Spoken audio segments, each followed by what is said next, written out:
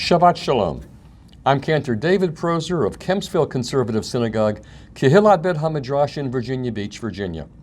And this is our Torah portion commentary for Saturday, Shabbat of February 6th, 2021, corresponding to the 24th day of the Hebrew month of Shevat in the year 5781. We thank Rabbi Joseph Proser, Rabbi Joyce Newmark, Rabbi Adam Rosenbaum, Rabbi Avram Kogan, and the United Synagogue Torah Spark series for their various teachings and publications on this week's Parsha. This Shabbat, February 6th, we read the Parsha of Yitro, Jethro, in the book of Shemot, the book of Exodus. It begins on page 432 of the Eitz Chaim Chumash and page 288 of the Hertz. We ended last week's Parsha with God's delivering the Israelites from the pursuing Egyptians at the Sea of Reeds. We also had complaints about the lack of food and water, both issues resolved by God, and the people being attacked by Amalek, whom they defeat in battle, and being told by God that Amalek will always be Israel's enemy. In this week's Parsha, Yitro, Jethro, Moshe's father-in-law, hearing about the Exodus and what God has done for the Israelites, comes to visit his son-in-law in the wilderness, bringing Moshe's wife Zipporah and their two sons with him. They had apparently been sent back to stay with him during the trying times of the plagues. His arrival in the Israelite camp is a sign that the Exodus had been publicized throughout the known world, and that non-Israelites were impressed. He expresses wonderment at all of God's blessings and protective care and offers a sacrifice to the God of Israel. Aharon and the elders join him in a celebratory meal. The next day, Yitro sees Moshe on a typical day, spending many hours answering the people's questions and settling their disputes. He had been acting as sole judge for almost all disputes. Yitro advises him to create a system of judges to hear minor cases, to both lighten Moshe's burden of leadership as well as ease the judicial process for the Israelites.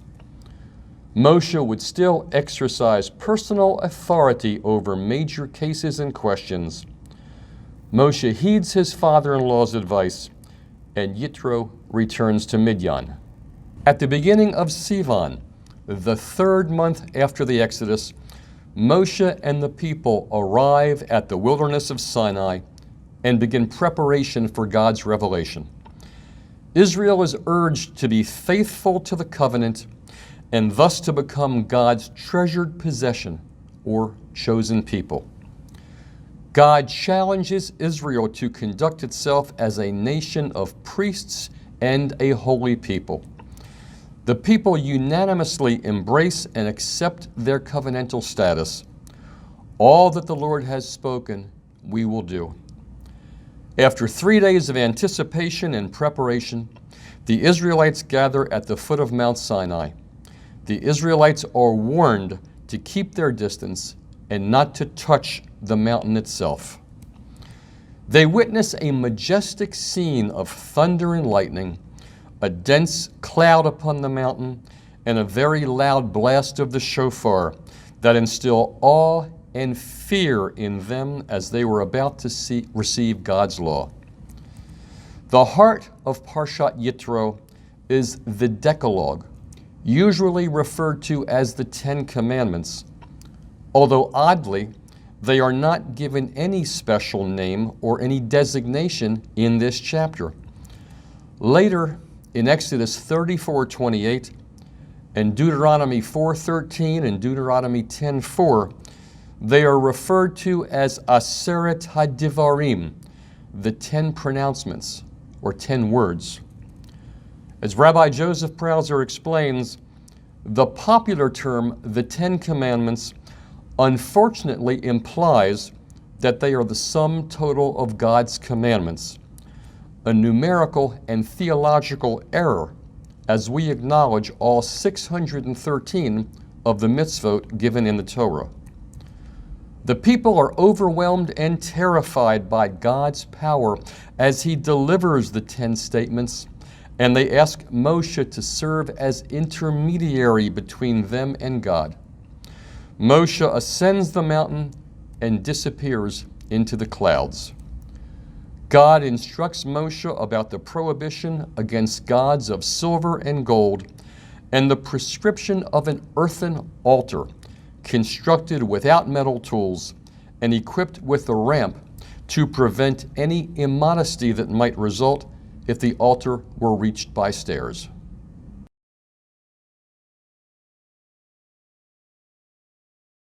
The haftarah this week is in the book of Isaiah, chapter 6, verse 1 to chapter 7, verse 6, and chapter 9, verses 5 and 6, beginning on page 451 of the Eitz Chaim Chumash and page 302 of the Hertz. Our Torah portion describes the revelation at Sinai that was to turn Israel into a holy nation. The haftarah, Isaiah chapter 6, marks Isaiah's introductory prophecy that came to him early in his career, when one day in the temple he heard the seraphim sing something that is very familiar to most of us because it's the famous line from Kedusha, Kadosh, Kadosh, Kadosh. Holy, holy, holy is the Lord of hosts. The whole world is filled with his glory. This cry proclaiming the holiness, the supreme majesty, and the universal sovereignty of God has been called, according to Dr. Hertz, the quintessence of all teachings of the prophets, as well as the quintessence of the teachings of all true religion. The narrative of this haftarah is that in the year after the death of King Uzziah, or Uzziah, while the people wondered what would become of the kingdom of Judah now that Uzziah was gone, Isaiah reassured them that even though mortal rulers come and go, God is in his heaven. According to Rabbi Mordecai Silverman, this message was to remind the people that the consequences of their actions was in their hands during those troubled times where both the kingdoms of Israel and Judah were in the process of disintegration due to external pressure and internal rot. Isaiah's prophecy is carefully crafted to remind us to pay attention to what goes on around us, to hear and to understand, to see and to know.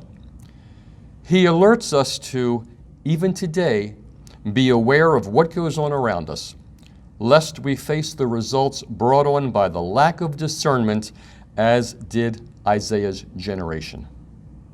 The last two sentences contain a reference that has long been mistakenly used as a biblical reference to the birth of a Savior in future times. The sentence reads, "For a child is born unto us, a son is given unto us, and the government is upon his shoulder." And further down it goes on, "that the government may be increased, and of peace there be no end, upon the throne of David and upon his kingdom, to establish it and to uphold it through justice and through righteousness, from henceforth even forever." The zeal of the Lord of hosts does perform this. This is from a later prophecy and contains references to Hezekiah, the son of King Ahaz, who was just a lad at the time. His reign will lift Judah from the degenerate condition into which it had sunk. Note that the correct translation is, according to Dr. Hertz, "A child has been born, unto us a son has been given." The reference is not to a future Messiah, not to anyone yet unborn. Hezekiah, even though a lad at the time, had already given promise of the qualities of heart and mind that pointed to him as the future regenerator of the people. And the line, "the government is upon his shoulder," clearly indicates that the crown prince is the person referred to. To explore this further, I urge you to read this prophetic portion, including the highly informative commentary from either the Eitz Chaim or the Hertz Chumash. As always, thank you for watching.